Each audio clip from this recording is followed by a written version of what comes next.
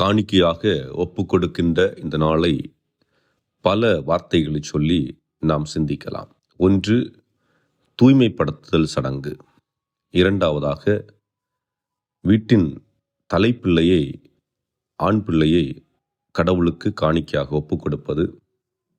மூன்றாவது, இயேசுவை ஒளியானவர், அவரே உலகின் ஒளி என்று சிமியோனால் அறிமுகப்படுத்திய நிகழ்வு என்பது போன்ற பல நிகழ்வுகளுக்கு ஒப்பிட்டு பார்க்கலாம்.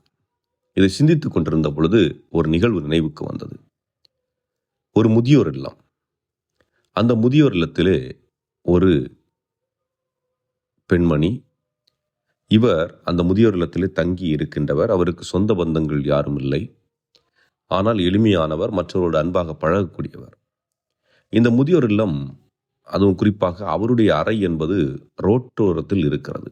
ஆக தன்னுடைய அறையிலிருந்து மக்களை பார்க்க இயலும். இவர் என்ன செய்வார் என்றால், பல மணி நேரங்கள் அந்த ஜன்னலுக்கு அருகில் அமர்ந்து